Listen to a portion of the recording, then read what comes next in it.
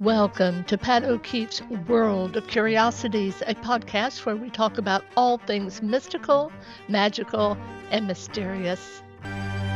Alex Matsuo is a veritable Renaissance woman, and that's my words, not hers.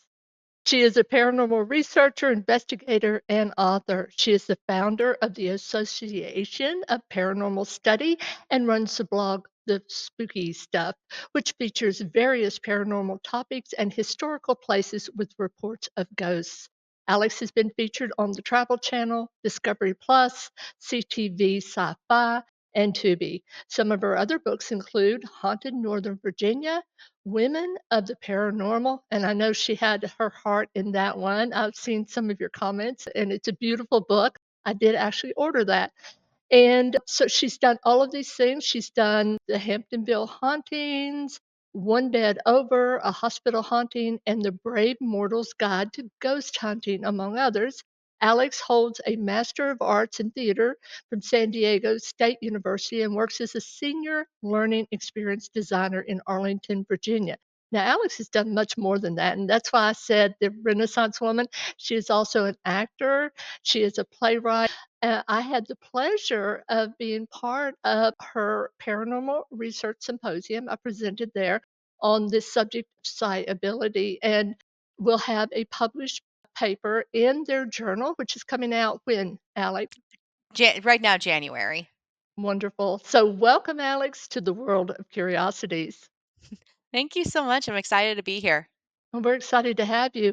And I've got to ask, what got you into your interest in ghosts? Yeah, that's a great question. So I always had an interest in it. It kind of came, I guess, to a head when I was about 8 years old, around that age range. I actually had one of my first paranormal experiences at my great grandmother's house in a little town in Appalachia, Kentucky. So, we can blame Appalachia for this, for everything. I had one of my first experiences that I could remember took place there. And I was both terrified and also really interested to the point where I'm like, "Oh, I'm really interested in ghosts." And my mother was a very conservative Christian. It was one of those like, there's no such thing as ghosts, only demons. Don't you dare, explore that. But my grandmother and my great grandmother were actually really like open-minded about it. And, granted, my mama would always tell me all these really interesting stories about our family in Appalachia, Kentucky, and I was very mystified by it. And then several years later, I got into a really bad car accident when I was 19. 19, just a couple weeks away from 20 years old. Got into a really bad car accident. It had been raining that night in San Diego, and if anyone knows San Diegans, we can't drive in the rain. So hospitals were absolutely packed that night. It was also New Year's Eve. So I ended up sharing a trauma room with another individual. It was a gentleman who passed away on the table next to me. I had an out of body experience. I also saw him. I didn't realize that he had passed away. It wasn't until probably the next day or two when I found out that he actually passed away, but I had seen him in my hospital room, and he ended up sticking around for about 8 months after that. He was very bitter that I had survived the car accident, and he didn't survive his accident. His was a separate situation, but he kept saying things like, "Why you, not me? Why did you live? And why did I die?" So it took about 8 months for that to finally reach some sort of resolution.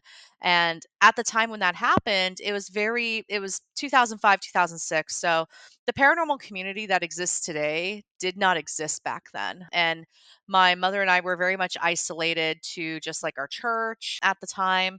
The Baptists wouldn't touch the situation, neither would the Catholics or the Episcopalians or the Methodists.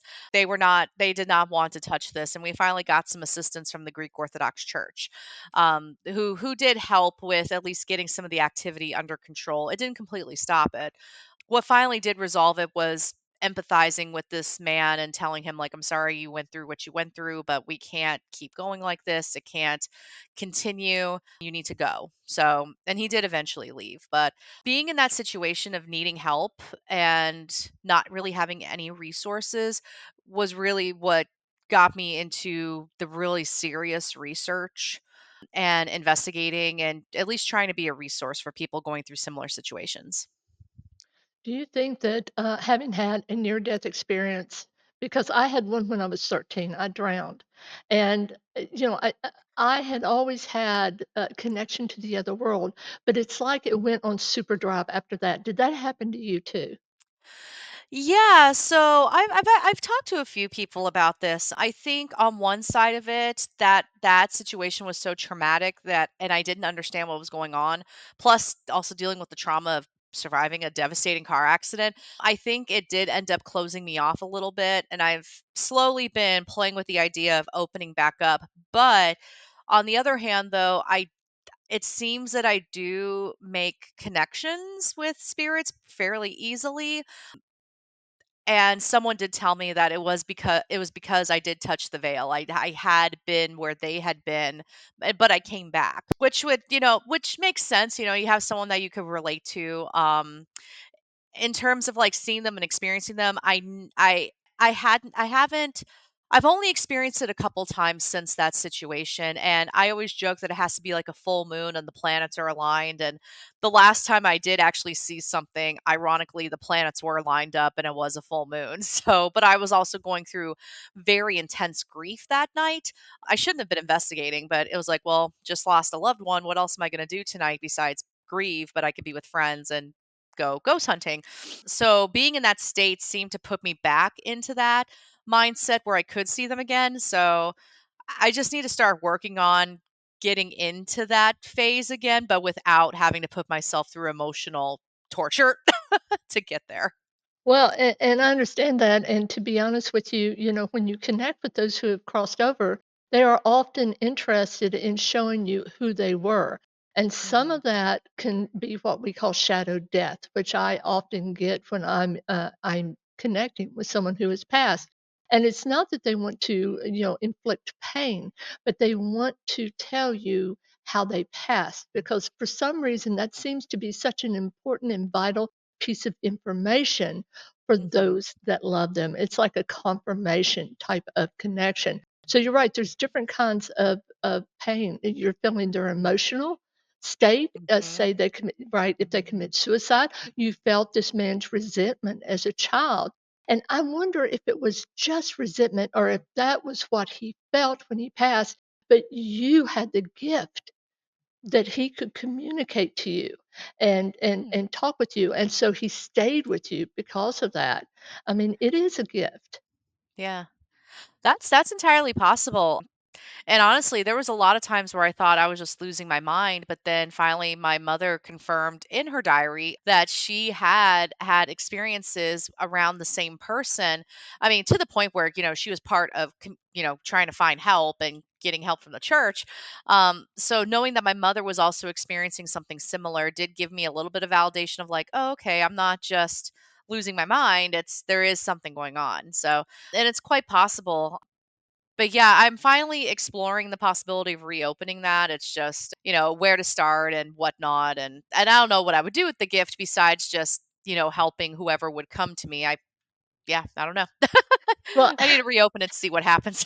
Well, reopen and know that it is an incredibly healing gift that you can give others when you can connect Mhm. them, especially when there's so many people that it can be the tiniest thing, like not arriving at the scene of someone's passing and then carrying that guilt. And when you're able to give them evidence that you are connecting with that person and then being able to say, he's acknowledging that you weren't there, but he's Mhm. telling you that it would not have mattered, and to see the peace in someone is a beautiful thing, so do that, but understand this, Alex, when you truly open, you're going to be walking through your kitchen, and you may see somebody walk right through there, or you may wake up from a sound sleep, and there's somebody standing next to you, say, if you're in a hotel room, Mhm.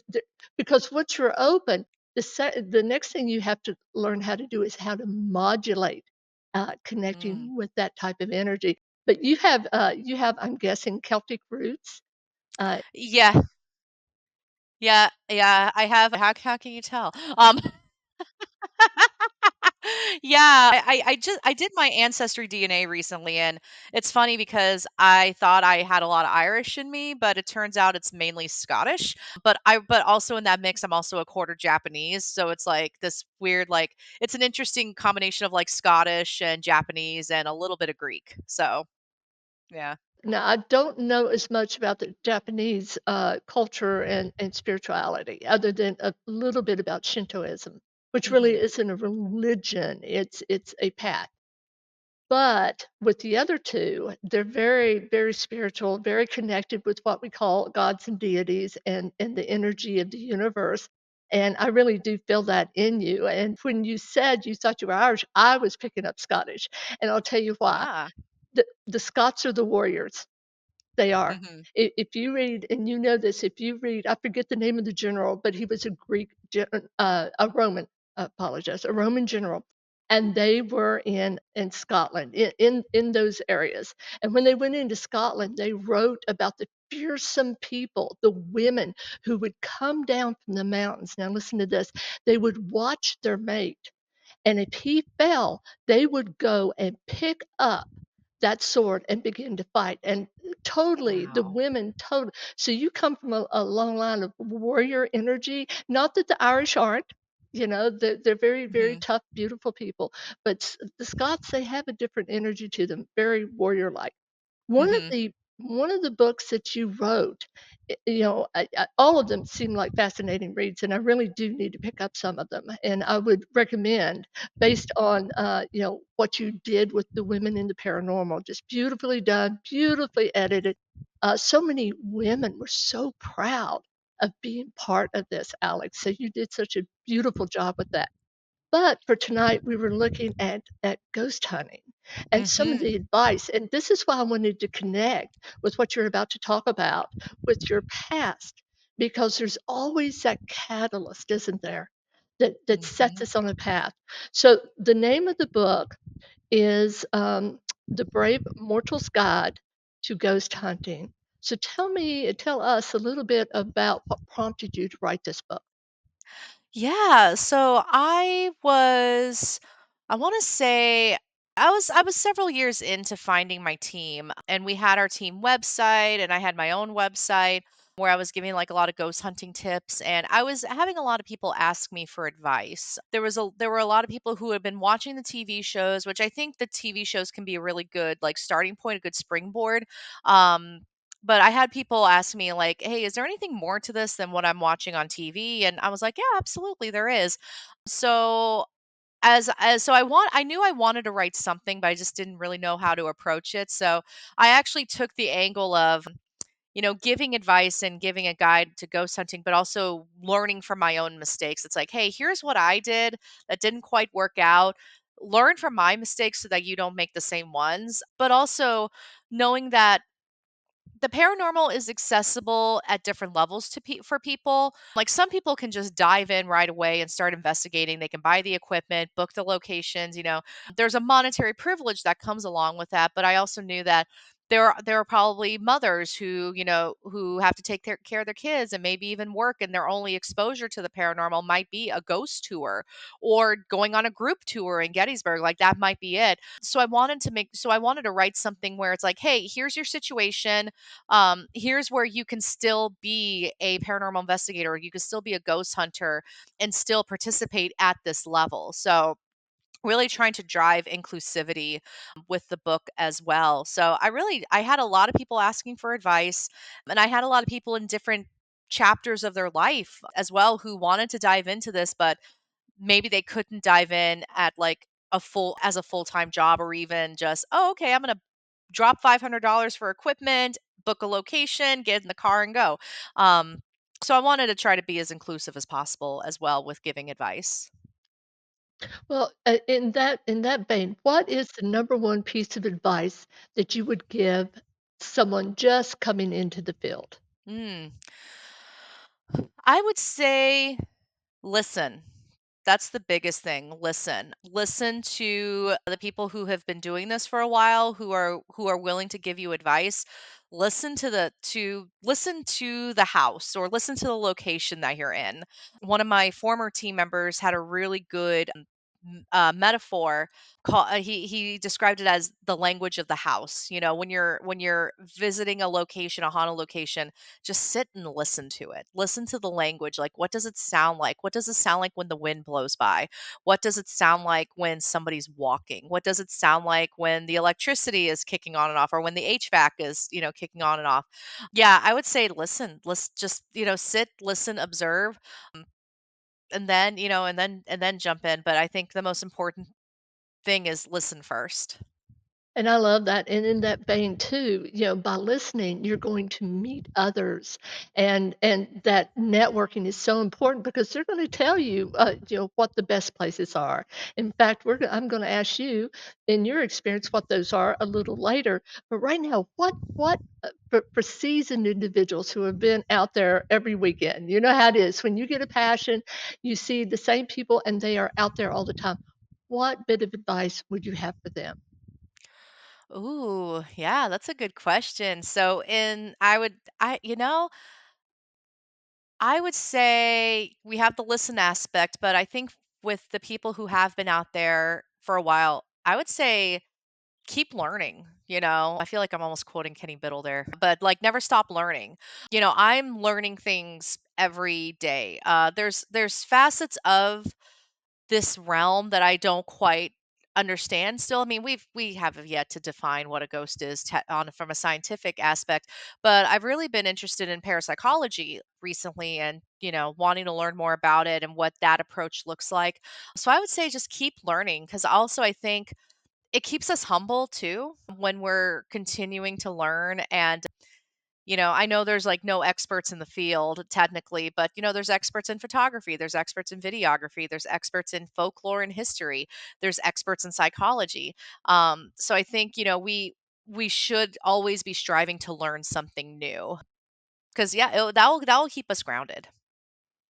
You mentioned photography. I've been a photographer for about 40 years, and I call myself a semi-professional because I do jobs for money, but I don't Hmm. depend on it as an income, if that makes sense.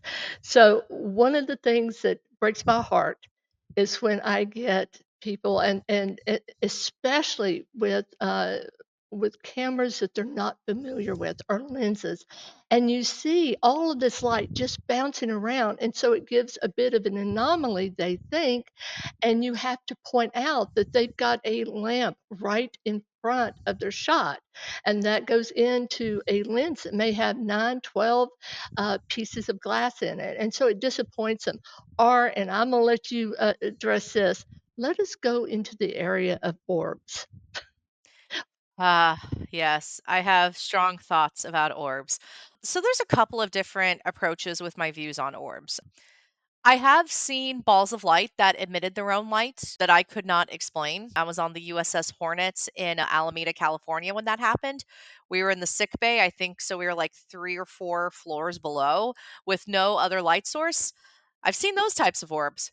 However, so I'm not a complete like disbeliever of orbs, but however, the orbs that we capture that are captured in video and photos 99.99999999999% of the time, they're debunkable. And I used to be a photographer as well, and I also did a lot of like camera work too, like for film and TV, especially in college. So it's like, like like things like orbs and light refractions and all those things like it's literally in the troubleshooting guide in the and usually in the camera's manual. um so I think so for me, like those types of things are debunkable. But my more spicier thoughts on it is there's two groups of people who are believers in that. One, it's usually coming from a place of desperation. They're grieving, they miss somebody, and that little floating speck, may give them some hope that hey, maybe grandma is with me right now. But then we have the other side where orbs are being weaponized. Like, and I know that's a strong word for it. I could probably come up with a softer word if I thought about it, but I feel like orbs are getting weaponized for, for views, for ratings, for attention. And I do believe that is harmful to like the community in general because, you know, because I just said people who usually believe in who do believe in this from a genuine aspect, they're looking for some sort of closure or validation or some sort of like sign that things are okay. Um and they're being taken advantage of by people who are like, "Oh, I can show a video of, some dander in the air and I can get people sending me tips, or, people will buy my book, or people will watch my videos and I'll get, monetization from viewership." So, and those people I'm very hard on. I am very hard on those people, and I'll ask the more difficult questions. I'm like, "Hey, I need you to substantiate what you're." That's when I bring out the big science words too. I'm like, "I need you to substantiate that this is what you say it is." And usually I get blocked by that point. Um, but for those who are genuinely wanting to believe in it to be okay, I'm approach them very gently. And I also gauge it too, because sometimes you need to let people have that validation. Sometimes you got to do it. But there's other times where, and I'll usually feel it out. It's like how open minded they are, and I'll say like, I'm not saying that this is not your grandmother, or I'm not saying. Rephrase that.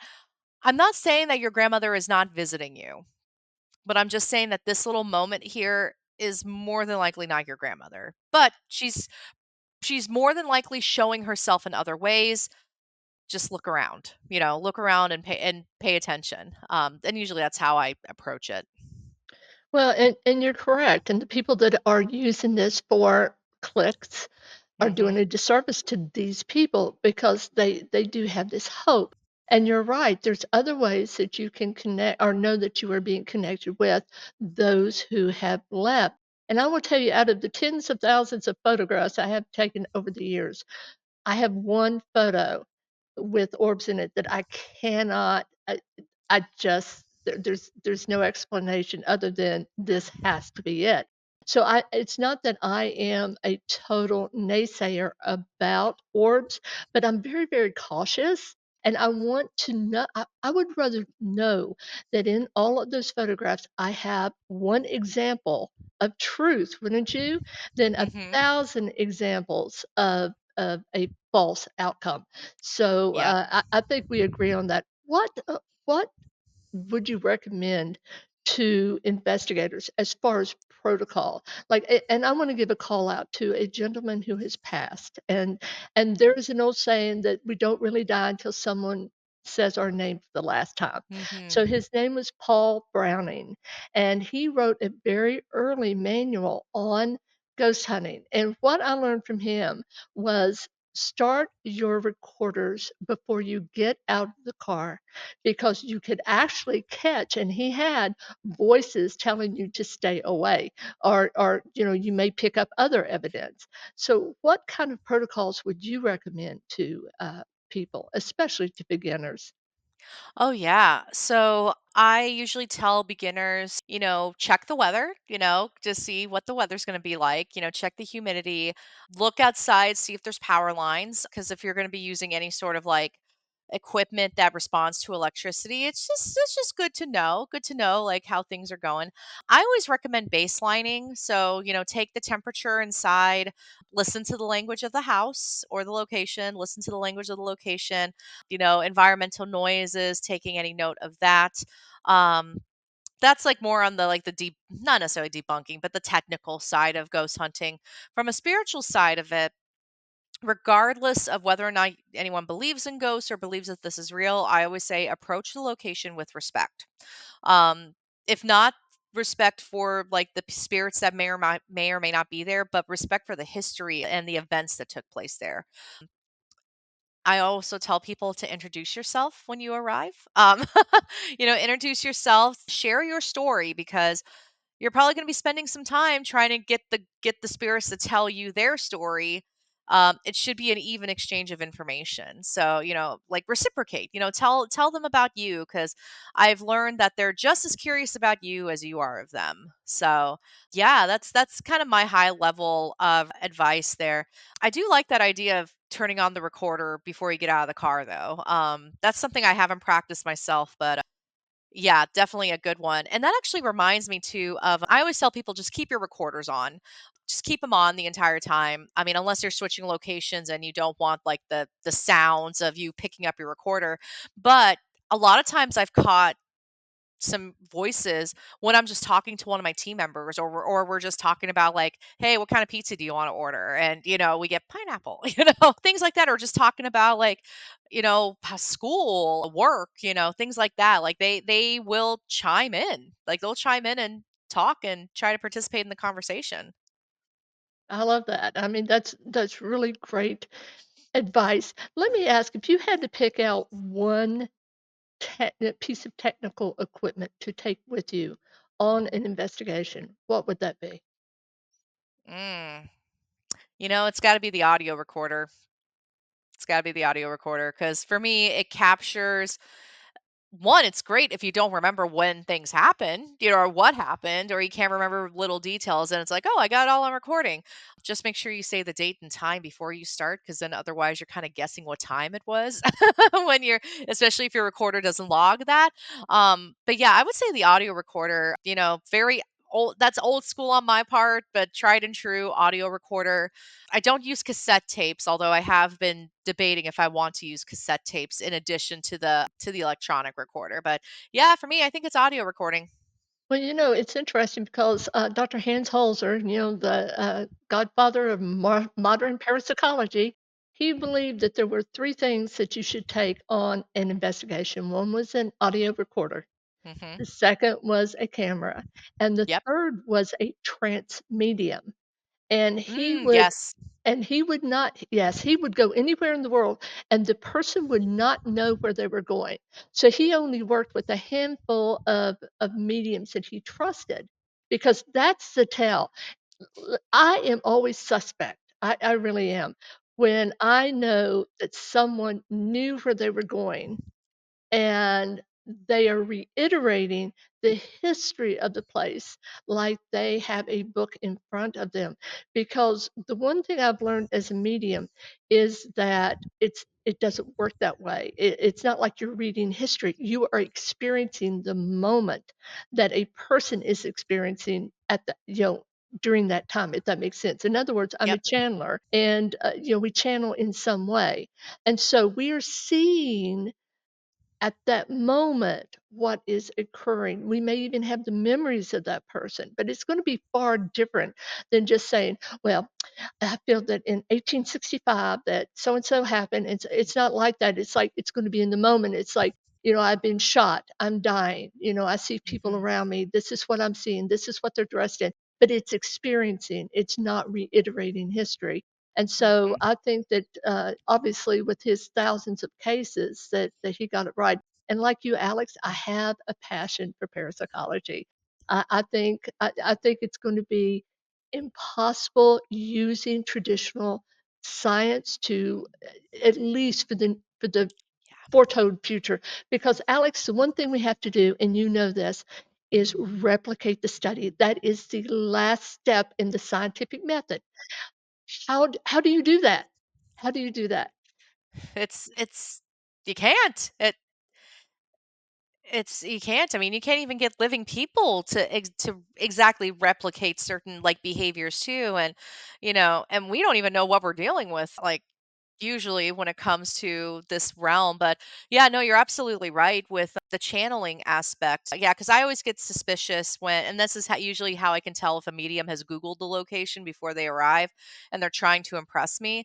Um, and I've had that happen a couple times, and I'm like, listen, no, I don't, I can go to Wikipedia, or I can go to Google, I can go to the location's website to find the history. And really what we're investigating is like we're investigating claims, but we're also looking into the experiences. And sometimes those experiences do not line up with what happened in history. I'm writing a book about my grandfather right now, who was a Japanese American during World War II. His experience was not like other experiences of Japanese Americans at the time, but his experience is still valid. But if someone were to just reiterate like what happened to the Japanese Americans during the incarceration, it's not going to match what he experienced. So yeah, you're absolutely right. Sometimes the experiences don't match the history. And also, I've learned as a historian too, history is told by the victors, and sometimes what's written down in history, even as primary sources, is not 100% accurate. For our Mhm. listeners, have you ever been on an investigation where you became scared? You were frightened of something that had happened? And share that story with us. Mm. Yeah, actually, yeah, I've had a couple, and I did have one that happened recently, actually.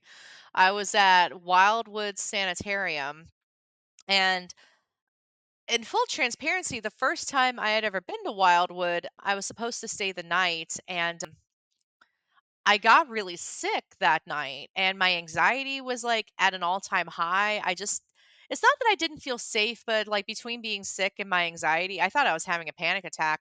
I ended up staying in a hotel, and I thought that was just a one-off because I was there for the There Is Hope Paracon, and all the other guests were also staying in the house, so I was like, "Okay, maybe it was just, like, the social aspect and the social, thing, and maybe I just wasn't feeling it after driving 6 hours." I wanted peace and quiet. Maybe that was it, and my body was responding. But I went back at the end of September, and I had a couple things that happened that led up to a really concerning thing that happened that actually did freak me out. Was Wildwood is a little bit of a maze at times. Like, that house is way bigger on the inside than it comes across on the outside.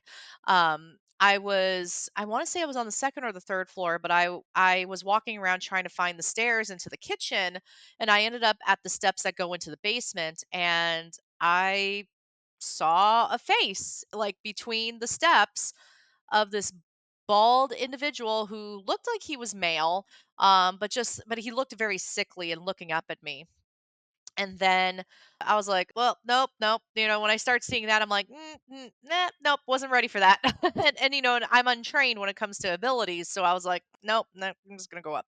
Um, we did end up getting back down to the basement as a group, and I was doing the Estes method, and they were asking questions, and it got very weird and very creepy. And I've done the Estes method before. I've done it numerous times. I'm the one who will volunteer to do it. Like, I'll go under. But and I couldn't hear what anyone was saying, but I was saying things like, "Oh, I want her to come with me. I want Alex to go with me together, together." And then I for some reason I thought that the situation whatever was happening, for some reason I felt compelled to laugh. So I started laughing, and it was a creepy laugh too. I listened to the recording, and I was like, "Oh, that's not my laugh." But my friend who was with me, he basically pulls the headphones and the blindfold off of me, and he was like, "Okay, we need to stop. We need to stop." Um, and and it freaked me out though. Like, I had, like, feelings come up that I was like, "What? Wait, why do I think this is funny? Like, we're in a basement in a haunted location. Why am I cracking up? Trauma happened here. Like, this isn't funny." Um, and I asked, like, "Did anything funny come up? Like, did someone tell a joke, or did a funny moment happen?" It was like, "No, it was actually really creepy." So that really freaked me out. It got me legitimately scared, like, to the point where I didn't leave. Like, we didn't leave, but I definitely did not do the Estes again that night. And I did talk to Lisa Crick about it after. She wasn't there, but I talked to her about what happened. I was like, "Hey, can you help me make sense of this?" And she was like, "I think you were channeling somebody." So that really brought about a lot of fear in me because it definitely exposed a vulnerability. And when I go in to investigate, not that I have a lot of pride with it, but I feel fairly confident in my investigating abilities. I don't really shield myself either because I have I think I have ancestors who kind of go on overboard with the shielding to the point where I'm like, I'm just not going to do it, because it's going to completely block things off. Um, so I felt pretty confident. So that experience really freaked me out, and it also exposed a major vulnerability that I have. Um, Now, what about the locations that you have investigated? What is the one that is the most memorable and why? Ooh, you know this location, probably the Trivia Clinic. That is a location that is very near and dear to my heart, to the point where I wrote a whole book about it. But yeah, the Trivia Clinic, it's a location that I love for multiple reasons.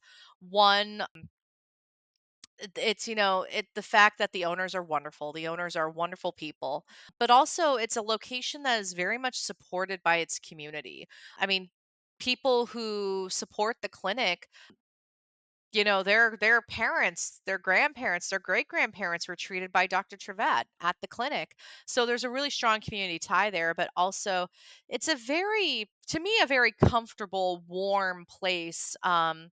Somebody I had interviewed for the book compared it to, like, the Trivet Clinic is like a porch light. When the porch light's on, you're welcome to come in, and, like, the Trivet Clinic is like a porch light for spirits. It has been speculated this place is haunted by over 70 ghosts. I would say there is some validity to that, because I mean, you've been there. There seems to be now, whether or not these spirits come and they stay or they go, but it does seem to, because I've seen people, like, when we've done the ghost tours, they've done like an EVP session or they've done a spirit box session, and somebody's grandmother pops up, or it's somebody's best friend that died 3 years ago pops up. So it's almost like, I don't want to say portal because I feel like that word gets overused sometimes, but it's definitely some sort of a magnet or something that creates a really welcoming and open environment for different entities to come, or different spirits entities to come through. So I have not had a negative experience there. I've gotten some sassiness there, maybe some snarkiness, but I haven't had anything negative happen there. Like, I haven't been scratched, I haven't been pushed or physically assaulted, I've never felt unsafe there. I've slept overnight at the clinic by myself and felt completely protected. Actually, I felt protected. So, yeah, that place is probably the most memorable for me. So, and I love it. Well, what about there's always that one place that is uncomfortable or that you Ooh. have a negative experience at. Which location is that for you? Ooh, that would probably be, it is a toss up between St. Albans or Old South Pittsburgh Hospital. Yeah. I don't know if it's because the accident I referenced to earlier, having that near death experience, out of body experience, but well, I mean, I'm not going to say this is a weird thing, but I feel like sometimes I can sense death around. And this happened a couple times where I'll be home and I get that sense that death is near, and then I find out a friend died or a family member died. At those places, it is a very pointed feeling of, oh, death. Actually, I got the same feeling at Trans Allegheny, but I just did the paranormal day tour. I didn't investigate, but just this feeling of, like, almost like the Grim Reaper is lurking around. Um, and I get that feeling in those places. Not at every hospital, but definitely in those places, and it's made me uncomfortable. Old South Pittsburgh Hospital, we did have a fairly negative interaction with something in the basement. And then at St. Albans, just the whole area just kind of gave me this feeling of, like, okay, there's something wrong here. One place can make somebody feel uncomfortable, like St. Albans, and for me, it was my trivet clinic. I was like you, I wrote a whole book on it, and Oh, but wow. I feel protected there. It's a very Yeah. strange way of putting it, and I've had some incredible experiences there, like, we actually had a doorway disappear. I have 2 other witnesses, it wasn't just me. All of a sudden, it's like September, but it's a very warm September. It's in the mid-70s outside and sunny, and we walk up the stairs, and we Mhm. notice all of a sudden we're breathing cold air. You can actually see our breath. And someone mentioned it, and I thought, "We Oh, are having wow. a time slip." Because that's one of the first things that you notice. And I looked over, and there was not a doorway leading from that part of the building to what they called the birdcage, that outside area. It was not there. And you go to the Oh, top of the steps, you yeah. can Yeah, see the I door, remember that area. door opening. It was not there. So I was so, like, overcome, if you will, with, excitement for one, and I put my hand on the wall, and I went all the way up and then all the way down to Mhm. see if I could see anything or feel anything, and it just wasn't there. So we went into what they called the classroom, went in there for a few minutes, came out, and the girl said, "Pat," she said, our breath. It's warm again. I thought that that door is back, and I looked down the hallway, and sure enough, there it was because it's an old Victorian building. I mean, the railing around, if you will, the doorway, you can see it. And so I went running down there. I wanted to go out to the old birdcage, but she said, Mhm. "No, no, no, I don't want to do that," because I guess she said, "What happens if we have a time slip again?" But I'm not the only one who's experienced that, or we weren't that day. So it is incredibly powerful there, the energy. But I Oh, am in wow. agreement with you, OSPH. I'll give you one example. I'm standing there at the emergency entrance, right, where it's going slightly up, and you can see the hallway cross. And I see Mhm. a nurse, and she's dressed in nurse regalia, you can see it. And she turns her head, but her face is nothing but clouds. It's like swirling mist. And some people say that that's representative of a lost soul. And then one time I was going down the long hallway and I heard, "Hey, you." Mm. And I looked over. Now I'm by myself and they call it the long dark hallway for a reason. And I look over and there's this guy there. Oh, yeah. And he's like leaning over on a piece of machinery and he's looking up at me. And I just kept walking. So it's like a really I'm sorry, it's a very negative energy. And I will tell you, there's a person that went there a lot and they started having some issues and they eventually did get cancer. I mean, I don't know if one has to do with the other, but one of the things about demonic, oppression, it can break down the body as well as the spirit and your emotional, well-being. Mhm. But they seem to just get sicker and sicker the longer that they were around this particular location. So I don't know if if there's a connection there or not, but I did find it strange. Um, Now, which location Yeah. have you investigated that had the most horrendous backstory? Oh, boy. I mean, Trans-Allegheny probably. I mean, I didn't investigate it, but like I said, I did the paranormal tour. Trans-Allegheny has a pretty horrific backstory to the point where not everybody that was committed into Tal like had any mental health issues. I mean, they were incarcerating gay men up through like the 80s, which, wasn't that long ago. I was born in 86. So, and there's articles about that, like former incarcerated people from Tala are telling their stories.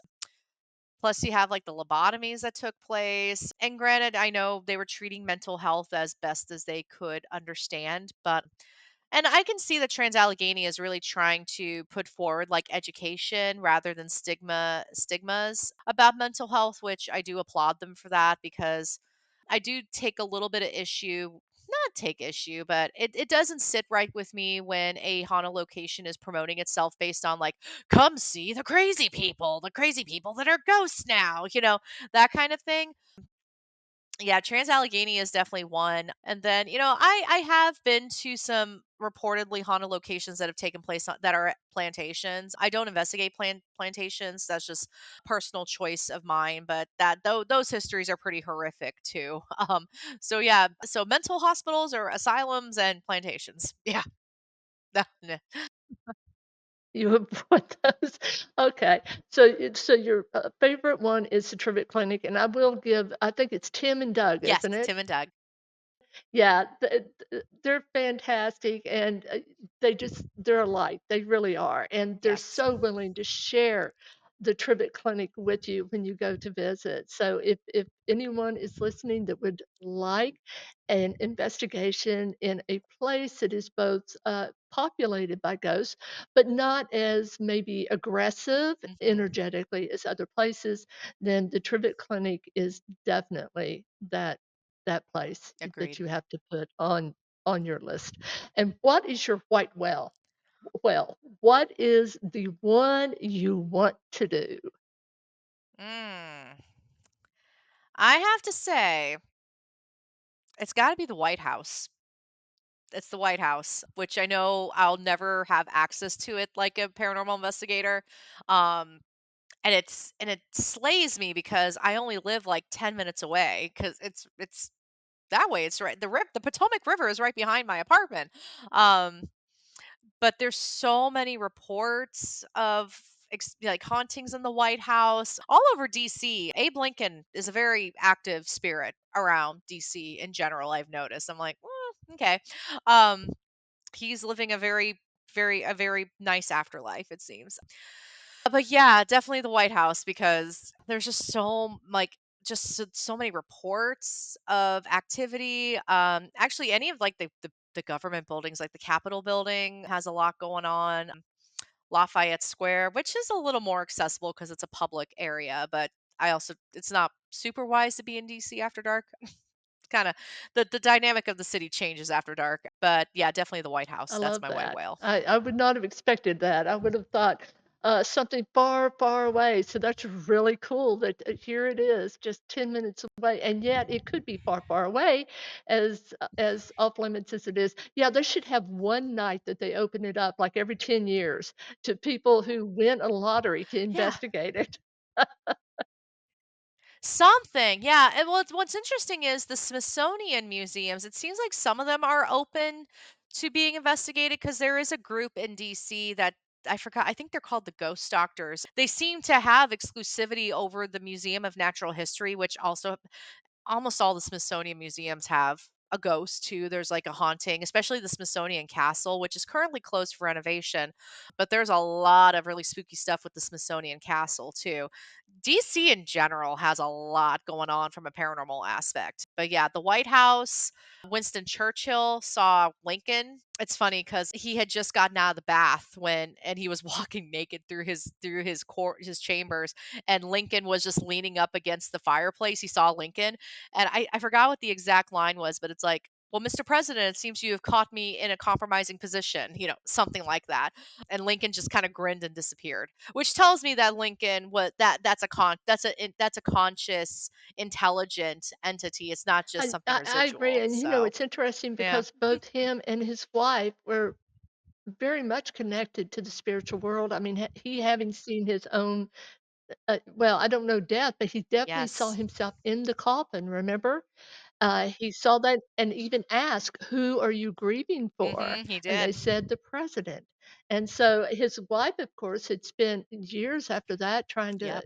connect with the other side. But so many people lost so many people during that time. I mean, they'd lost their children, she lost her husband, and Hmm. they said it's quite mad in some ways, but I just see Yep. a grieving widower and mother in her. But, uh, Agreed. let me ask, I just wanna make Agreed. sure we get this in. Now you're having another paranormal research symposium, and do you have the date for that for 2025 yet? Symposium. Yes. Yeah, right now the tentative date is August 16th, so same time as it was in 2024. Yeah, so venue to be determined. Venue to be determined. There's a couple places that I was talking to and then they ghosted me. And then I was told, "Oh, you need to be there in person and walk in to talk to them." And I'm like, okay. It's fine. Gettysburg's like 90 minutes away. It's a short drive. So yeah, I'm hoping to have a venue secured by the end of this month, but Wonderful, yeah, we are and aiming are for you gonna August be opening 16th, it up for 2025. people who have research themed, speeches or presentations or workshops again? Yes. So we will be taking abstracts as part of the application process. That seemed to go over really well last year. We ended up getting some really amazing presentations, yours included. And also, it does set us apart from the other paranormal events happening where, there's invitations or it's like, hey, it's invitations or people applying on an application and saying like, hey, I've been researching for 20 years and whatnot. um so what we do, and for anyone that's listening that may be interested in applying, we do ask people to write an abstract. It's usually about 500 words, and it's just a high level overview of what you want to cover in your presentation. And then my team and I, we act as a committee. So we will read every abstract and we have a grading rubric. And we do share the rubric publicly so that you know what we're looking for. So we try to give everybody an opportunity to succeed. Yeah, and we use a point scale. We use a point scale, and we look at the scores, and sometimes it's not always the highest, and if you get a low score doesn't mean you're not a part of it. It's just okay, like we are interested in the topic, but the citations need to be cleaned up a little bit, things like that. So yeah, so I think that's what sets us apart is it's more of an academic approach, but it also removes any bias where, we're not just choosing like our friends. We had a lot of like new to the field people apply, and then I saw like a couple of them, like Ari Spence. Like Ari has gotten other speaking opportunities since the symposium, and it was from the connections that they made at at the event. And I was like, oh, that's really cool. We can kind of help people, get out there a little bit as well. And you had such interesting topics, like, I'm actually going to be interviewing one of them, Victoria J, and Oh, she Victoria, yeah, oh, isn't she lovely? And she she she came is. all the way from the other coast, to be She with did. you, and she is a folklorist and Hmm. has a master's degree in folklore, so she brings, all this lovely, um I guess, research and study Yes. and knowledge with her. So, it was just a pleasure to meet the people that I was able to. Unfortunately, I had my grandbaby with me, so I wasn't able to stay and network like I would have loved to have. But I will let you know that she truly enjoyed the battlefield and told me that she had to go with me from now on. It was so cute. I'm like, oh, baby. Oh, I love that. I love that. I know, she's so sweet. But if someone is interested in getting in touch with you, how would they do that? Yeah, so you can email me at alex@thespookystuff.com. I also have a website, alexmatsuo.com, and I do have a contact form on there. You can also find me on Facebook and Instagram. I'm not going to walk away from those social media platforms, not yet, because I love connecting with the community.